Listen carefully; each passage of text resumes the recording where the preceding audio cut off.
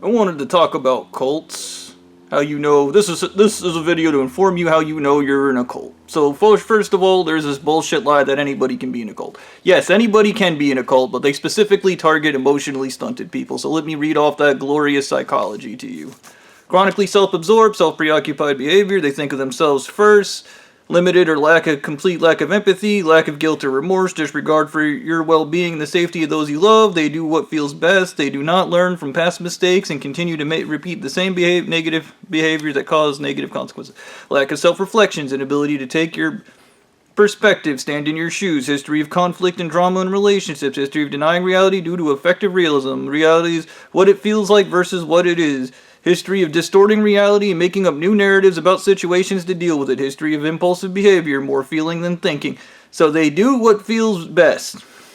Enmeshment in relationships instead of an emotional intimacy may focus on physical things versus emotional. They do not do emotional work. They do not know how to repair relationships effectively. And a love of human suffering. They're spite brains. So the reason why that psychology is so desirable is you tell it, hey, I want to give you something, I don't know, like a planet, or you promise they will ride eternal on on the highways of Valhalla, whatever. And that tiny-brained idiot will do anything to get that prize. That's how they work. They're like dogs and treats. So, yeah. Now, the other side of being in a cult is, at some point, the cult leader, whether it be early on or later, there's a series of rituals. They're going to always be in a ladder system, okay? So the first ladder thing might be as simple as something like a baptism where they drop some water on your head, or, you know, they do this bizarre ceremony. It's always a bizarre ceremony, and you're surrounded by the cult people. The second ceremony, they might violate your person. They might go, we need to wash you, so we're going to touch your genitalia, your privates, your breasts, or whatever. Violating your person is the second thing. The third thing in a cult, and maybe sometimes, on rare occasions, the first thing is to rape you. And part of the bullshit, these people from the Church of the Anal Eaten Mummy, and they are a cult, because here, the definition of a cult is people who practice the occult, human sacrifice. So, these people who, okay, once they violate your body, and then they get you ready for getting raped. Or, if you're already emotionally stunted, they'll send somebody out and go, you and I are a lot alike, because we've both been raped, but they don't tell you they were raped by the cult. And that's because this psychology is that desirable. Now, for the cult of the anal eaten mummy, drinking lead is standard operating procedure because it creates anxiety. So you're constantly anxious, you're in a lizard brain state, you've lost complex thought, and you're psychopathic. So you're almost psychopathic. Lead lets you be completely psychopathic. It also causes delusions. Now, this creature that believes reality is as it feels, in cults, there's always a drug. And they're always going to try to tell you it's not a drug. It's something else. I think of Mad Max, the War Boys, the spray they have is an aerosolized spray that enables the War Boys to feel euphoria so they can blow themselves up, and it feels good, so therefore it is good because they're emotionally stunted. Now, the CIA talks about SA and rape and how it's control through rape, and that is exactly why the cult rapes you. Okay, it's not holy, it's no other reasons. This is how you know you are in a cult. Okay, these bizarre rituals, and they are bizarre, normal people don't do this to one another, are stereotypical cult behaviors. Now, the other thing, I call it the book of bullshit, but it's the book of manipulation. They want you to go out and get more victims. I meant members. They want more war boys. They need more. The malignant narcissists run cults. That is a fact. Okay? They're charismatic, meaning they're likable beings, but then they're also awful people with extreme control issues. Their thing is they learned how to hide it at a young age. They learned how to hide the crazy. But it's there, it's underneath the surface, and certain people with the powers of obscuration can see them for the little men they are. Malignant narcissists are just as emotionally stunted, but they don't wear it on their sleeves, and they call out to other emotionally stunted people, and they enter an enmeshment, as it states here. Enmeshment in relationships. The entire church or cult is an enmeshment, okay? And it's always, spoilers, just like the Church of the Elite Mummy, it's a massive sex orgy in the sky with drugs. Every crackhead's wet dream, but these guys, it's holy crack. It's holy drugs. They get a planet. And that's kind of a stupid cult, okay? They're just things in life that are general facts, and some cults just fucking suck. And the other part is there's a need inside of a cult to make sure you don't leave the cult. Okay, there's all these standards. Cults are notoriously difficult to leave. You gotta have paperwork. You gotta have legal documentation. Like, the cults will often try to force you into using their own made-up legal system because cults don't like accountability. They do not like it when the federal or government get involved because they want to do whatever it is they want to do. They don't want accountability. They don't want any oversight of any kind. Like libertarians, you know. And they think it's a good idea until somebody gets crazy and just starts capping people, and then they go call the police, and they go, we got rid of those. We got to deal with this ourselves. Oops. Now, on the subject of that, there's a cult called the Anthill Kids, and this guy's a malignant narcissist. Basically just started went as far to perform medical procedures he was not qualified to perform.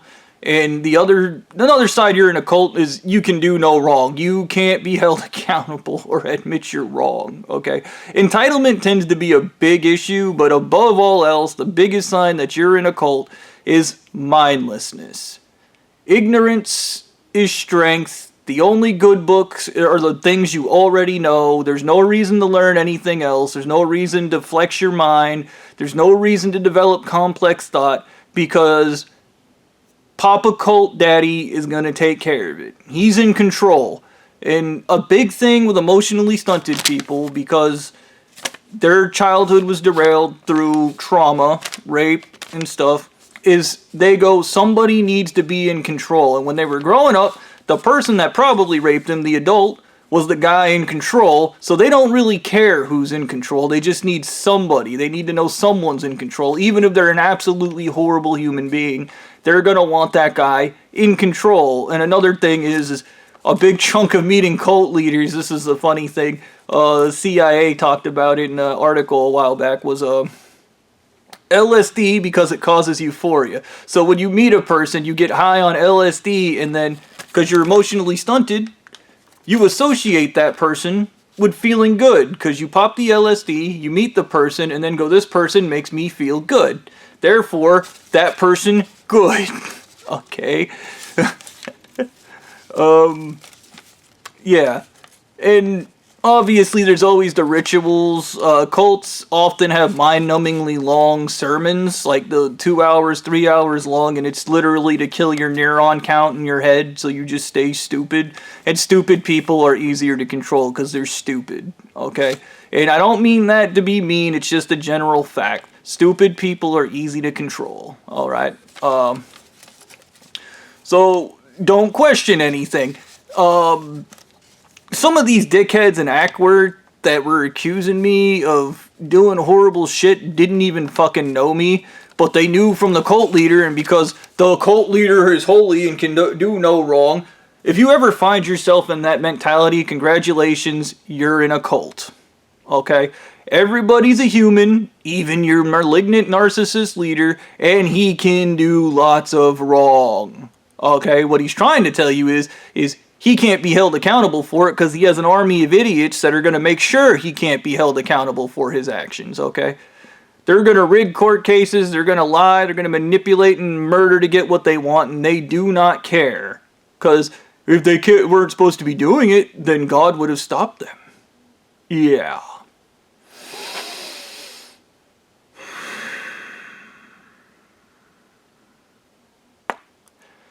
So, this, I think, is just a generally important video for anybody. The other side is you start believing made-up nonsense that makes no sense at all, and when you start trying to explain it to other people, they try to tell you it makes no sense, and you find yourself constantly getting, like, neurotic and weird about it, because you don't like hearing that you're being lied to. And that's another thing, cults aren't allowed to lie, even though they lie all the time. Ridiculous constraints, crazy rules. A big chunk of cults is, for whatever reason, they may try to control your underwear, sex lives. Controlling your sex life is a massive part of being in a cult. They want to make sure you can't get the nookie unless they give it to you, and most of the time they're giving it to you in the ass. Like, they have specific bullshit made up ways you're supposed to have sex, and or lack thereof.